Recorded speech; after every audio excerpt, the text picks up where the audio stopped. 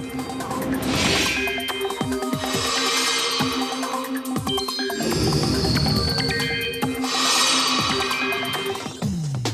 kapuso, isa ka bagyo kag isa ka low pressure area ang ginamonitor subong sang pag-asa sa nasidlangan sang Philippine Area of Responsibility.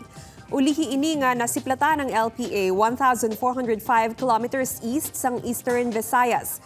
Suno sa pag-asa, manubo pa ang tsansa sini nga mangin bagyo apang posible ini nga magsulod sa PAR sa buwas o kon sa Martes.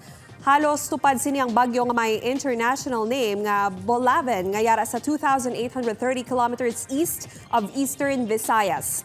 Manubo man ang tsansa sini nga magsulod sa PAR suno sa pag-asa. Samtang nagapalapit sa sulod sang PAR, nag-aapekto na ang trough sang LPA sa pila ka bahin sang pungsod. Posible man magpaulan ng localized thunderstorms. Base sa datos ng Metro Weather, maka-eksperyensya sang ulan ang pila ka bahin sang Aklan, Capiz, Iloilo, Antique, Guimaras, kag pila ka bahin sang Negros. May mabaskog nga ulan sa Negros Occidental gani manginhanda sa posible baha o kon pag-usmod sang duta.